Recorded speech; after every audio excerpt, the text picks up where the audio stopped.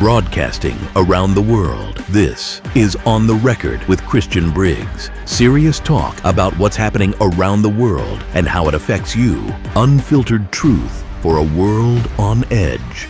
Follow us on X at BMC_HAM.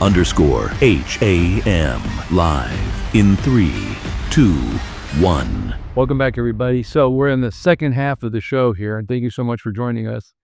This is On the Record with Christian Briggs with my guest host, Christopher Walker, who used to be Chief of Staff of Senator Thompson back in the day. So we're going to talk a little bit about, we'll talk a lot a bit, but we started a little bit on the Iranian conflict and how that might affect some of the general elections. And you just made a comment in break here. What did you say about the White House said quit talking about mass deportation? Chases the House Republicans. I guess that was a report from Axios. So we're seeing, a continued reality hitting on policy promises. And, whether it's mass deportations, tariff revenue, or anything else, we're seeing the sense of governing, meaning the reality from campaign promises. And unfortunately, I think that's going to have an impact on politics. We've seen people on the right continue to complain about the Iranian invasion and, the quote unquote broken promises. I don't agree with that narrative necessarily because actually governing is very hard. And I think the president's intentions are good, but it's another kind of headline that allows people who want to see a negative side of the Trump administration to add another layer to what they see as a broken promise. I don't agree with that, but I think that's going to be a narrative that's going to be floating out there. Because this oil thing and this Israel thing, and let's just go over the top 5 things right now that could affect this election 26 and really carry over to 28. First, we've got that big, beautiful bill, which a lot of people still aren't fully behind yet. They don't understand it. There are some great carve-outs in it, but there's some craziness in it too about deficit spending, increasing the debt overall, and it may not help us on these big tax refunds if the oil is going to be at $90 a barrel or $85 a barrel. Do you realize that oil's up 55% this year already? It's being 55% this year. So there's one caveat that's good or bad, however you want to play it. Number 2, which is interesting, is the alliance that we have with Israel. I mean, it's kind of like Lindsey Graham said yesterday. I'm not pro-America. I'm pro-Israel. Or some narrative to that. I was like shocked. I saw that headline. Shocking. My loyalty is with Israel. Well, what happened to the United States? Last I checked, are we in the United States? George Shultz, when he was Secretary of State, Reagan's Secretary of State, when he would bring in new ambassadors to his office before they would go to their mission, he would point to the map and say, "Who do you represent?" And a lot of these ambassadors would point to the country they were going to. And he says, "No, you represent the United States." Lindsey Graham could learn that lesson from George Shultz right now. That's a stunning statement. Israel is an ally, but so is Great Britain, so is France, so is Japan. You don't hear them say the same things to that degree to our other allies. So it's odd. It seems it's creating a narrative for people who are anti-Israel to kind of latch onto when it's unnecessary. There's such an overzealousness on it that I think it's perpetuating the narrative of people who are under 40 who just don't like Israel, and anti-Semitism on the rise. And it's something we need to address because it's bad for our country. It's bad for our thought process as a nation, and we've got to address it. Got to address it. So Thomas Massie is super popular with that 18 to 36-year-old crowd. They love him. Authentic is the way he comes across. Right. He doesn't pander to any administration, any party. He is his own man. He's his own boss. He's his own mouthpiece. That's right. And he's his own speechwriter. Yeah. And it is being embraced by one of the largest voting demographics in history. I would say this to any candidate. I know a lot of people listen to my show. So whether you're running or you're about to run, maybe you're not quite in the cycle of House number nor a Senate, be wary of that. Okay. Go and look at how the young people are starting to address these topics. Affordability. Can you afford a house in any market? I mean, I couldn't afford my house that I bought 10 years ago right now if I wanted to. Thomas Massie is tapping into something that I think is actually something that Trump did, was tapping into that authenticity, talking to voters and not pandering to them. And it's something that Trump mastered really well and still does, and Thomas Massie's doing that. So, a lot of members of the House are concerned to go against the president on a lot of things because they're afraid to be Liz Cheney'd. And I think the president's trying to do that against Thomas Massie, but Thomas has such a connection with his voters because he's been talking to them for so long and building that network. I think he's going to be more popular and win irrespective of a Trump endorsement against him, which is unusual into the GOP primary right now. Trump endorsement gets you, you're usually going to lose. But I think Massie's going to be fine because he's got that relationship with his voters. And his voters are, it's a small subset of the country. It's one congressional district. Yeah, that's kind of what I'm thinking too. That Massie is going to come out as being kind of the unicorn, and he's going to draw a lot of voters his direction. And when Massie says, "I like this guy" or "I like this woman" for running in various positions, they're going to take notice of that. Yeah. Okay. Absolutely. What about the Kentucky race? Well, there's a big Senate race there right now. And I think everything we look about Kentucky, everything needs to be looked at the prism too of Andy Beshear, the Kentucky's governor. He's a Democrat. He's very popular in Kentucky. And there's rumors of presidential ambitions from him, and he could be kind of a moderate Democrat, if that exists anymore. That look like the Bill Clinton Democrat. Right. Yeah, exactly. That looks to kind of be a moderating voice on, the left that's gotten crazier and crazier. So everything in Kentucky is always being looked at through the Beshear lens. Massie is kind of a counterbalance to that. And what we're seeing this year is a Senate race right now. You've got Andy Barr, Kentucky member from Lexington. Daniel Cameron, who ran for governor before, was former state AG, rising up and comer there. And then Nate Morris, who has kind of got the backing of some of the MAGA crew. But interestingly enough, both Morris and Andy kind of went and endorsed Massie's primary opponent, and their numbers have dropped since they did it. So again, Tip O'Neill saying that all politics is local. I think that's really showing through in Kentucky, where taking a national trend or a Twitter trend and applying it to your state politics may not necessarily be the best move. So Cameron's been playing that pretty well to date, and he better come out on top just because of that. Okay, well, that makes sense. So we'll see how that run goes. What about Tillis's seat there in North Carolina? That's tough. We've got a very popular Democrat governor, Roy Cooper, running against Michael Whatley. Michael Whatley, former RNC chair, and good guy. You and I both know him, and he did a great job at the RNC, and is a consummate, all-star candidate. But I think North Carolina is turning a little purple, a little bluish purple right now, and Cooper is incredibly popular. He had a two-term governor in the state, coming off a relatively,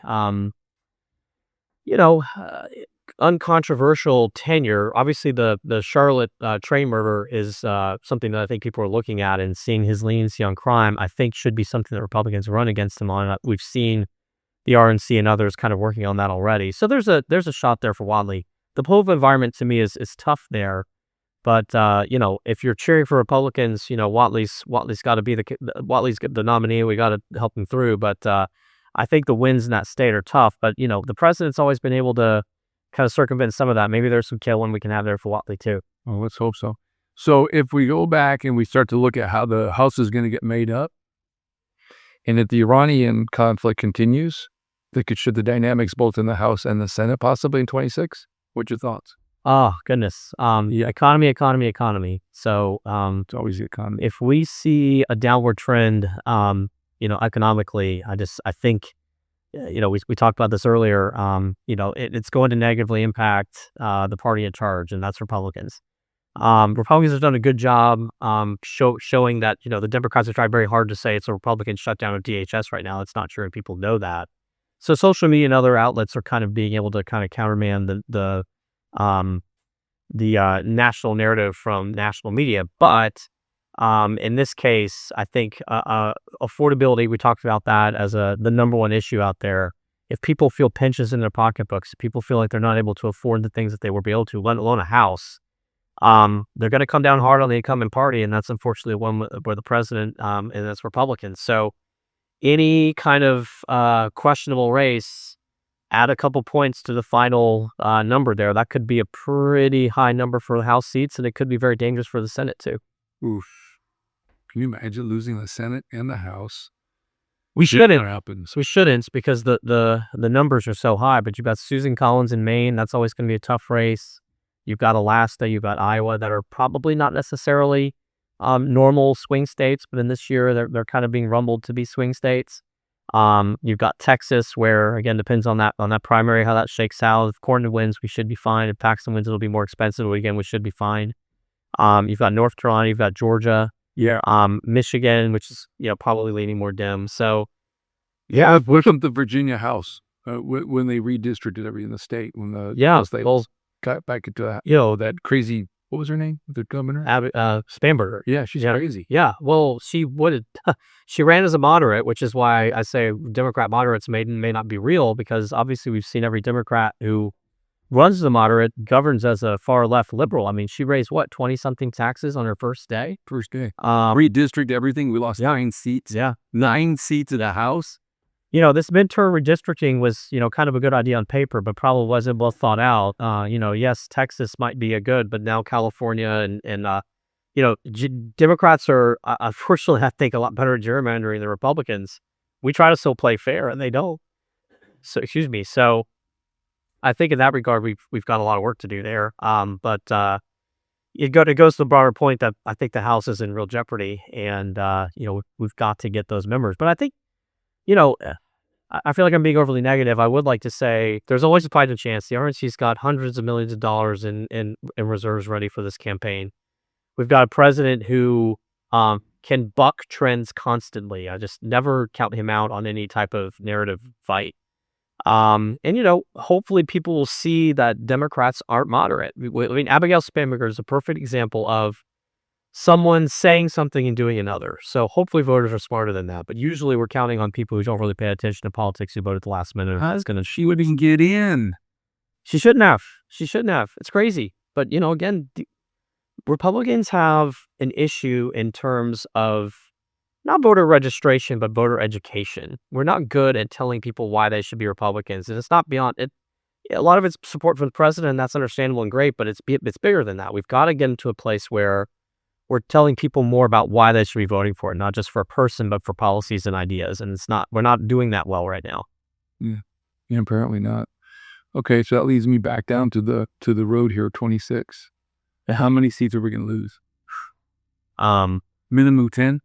Oh, goodness, yeah. My friends in the GOP will be probably mad at me, but I could see it be 20, maybe 30. It's gonna be a big number, I think. Senate, maybe? If trends continue. And Senate will keep. I think there's a very decent possibility we could end up 50-50, which still becomes a Republican. As J.D. Vance is the tiebreaker, but I could see us going back to the 55th. And last time that happened was 2000. So it'd be very interesting to see that shake out. I think it's possible. Okay, so we go back to that. Now, 28. Who's our candidate? We know AOC is going to have a ring somewhere. She wants a ring on her finger. She wants to get married to whoever that lead is. Who's the Republican candidate or the Democrat candidate? I don't know which one does. Well, it don't matter to me, because I'm not so sure I'm excited about either one of these days. So, well, I mean, what happened to Let's Vote for Pedro? Remember that T-shirt? 20 years there. Yeah, it's a great movie. Yeah, it's a good movie. So who? Well, but besides Pedro, Republicans have. Who's a natural? Who isn't illegal? He's legal. That's right. I know he can't run for president, but maybe his kids will. Well, Napoleon Dynamite. That's Napoleon Dynamite. We'll figure. Well, that was happy endings. Maybe we'll get a happy ending here. Okay. But I think Republicans. Sarah Huckabee Sanders said today, in fact, that the Republican nomination is wide open. So this talk of JD versus Marco, I think is a little premature. While it's certainly the conversation of like the hyper online, I think it's not necessarily there yet, which one means is indicative that Sarah's talked about running herself. And two, I think there's others that are going to be getting in the race. We don't know yet where that's all going to shake out. I could see a primary of 10 to 15, candidates that all might be interesting. And I think people will be open-minded about it. Most especially, I think President Trump will be open-minded about it. I don't think he's got a horse in mind, and I don't think he is. You don't think he's JD all the way? No, because I don't. that doesn't make good TV. And that sounds crazy to say, but honestly, a lot of this is about the process and picking the right candidate. And I think the president really does care about, having a discussion with America about it. I don't think, and we saw it with the Democrats last year, right? The idea that a coronation of somebody when Joe Biden dropped out was not a success for them. So a coronation for Republicans with J.D. Vance is probably not a success for us either. We don't know who the best candidate will be yet. I think a lot of that's going to shake out, and I think there's going to be a lot of people. And I think the president will have a very direct role in it. I totally could see a scenario where we're going to have a apprentice like your fiery right process. But I would also argue that if I'm a candidate, I might choose not to participate in that or in my own campaign. But if you want to be the next president, you have to kind of have some independence, and I think that's going to be something somebody's going to look for. Unless we start to work within this context of affordability, unless we start to unlock the hidden discrepancies that are vastly underestimated with the communication that we have deficiency in communication to all voters. I might get a little bit from each demographic, but we should be getting the message to everybody so they can clearly understand, okay, I either like it or I don't. But when they don't even understand what we're trying to say, they're just going to walk away anyway. That's right. So we have to get this communication of messaging to a point where, and we got to quit flipping our minds on a Monday, Tuesday, Wednesday. I mean, look at the administration. Tariffs bad, tariffs good. Tariffs good, tariffs bad. Yes. Supreme Court say tariffs bad. Okay. Now this Iran thing, we're sitting here destroying the entire European, the Asian, the United States' economy. Markets were crashing just last week, a few days ago, in fact. And then we're like, oh, we won the war. What war? What war are we looking at? Where's the enemy? Is it the entire Middle East? Because they're all getting bombarded. So I'm just like trying to figure out what messaging does Republicans come out now that are running? Because you're talking about primaries in a matter of just a few weeks for some of these guys. Well, Texas already had theirs, last week. That's right. So, yeah. Yeah. So now we've got Kentucky in May 17th, something. I think that's what it is. So that's coming around the corner. And then you've got the big one in November. Yeah. For the House. Yeah. Everybody being reelected, hopefully, or not. It's, I don't envy Speaker Johnson in his role of trying to keep the House in Republican hands. We've got a lot of work to do. But you're right on the messaging.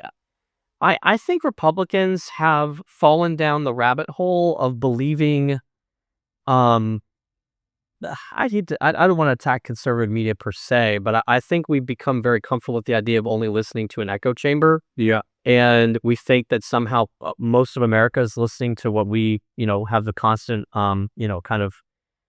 bias, confirmation bias that's happening on the media we consume, when most people don't listen to conservative podcasts or don't, deal with kind of conservative media overall. And I think we've kind of gotten ourselves into a little bit of an ostrich situation where we're heads in the sand, but we don't realize how people are getting information. People under 40 are digesting stuff very differently.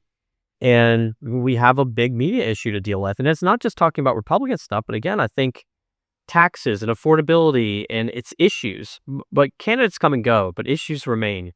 And so the more that we can kind of talk about those kitchen table issues that people vote on, the better Republicans are going to be. So it's less about, the big, beautiful bill or anything than it is kind of what people are feeling. Arthur Brooks, who, former president of AEI, really, really smart guy, way smarter than me. Oh, no, you're pretty smart. He told me, but he told me a story. Well, not told me a story, but I was listening to him give a speech, and having worked for AEI a little bit, I always listened to him directly too. But he always liked to say that in communications and in persuasion, one is bigger than 1 million. And what that means is telling stories always beats talking about data. So when Republicans talk about the big, beautiful bill, it's almost too big of an idea for a voter to get because they don't have any idea what's in it.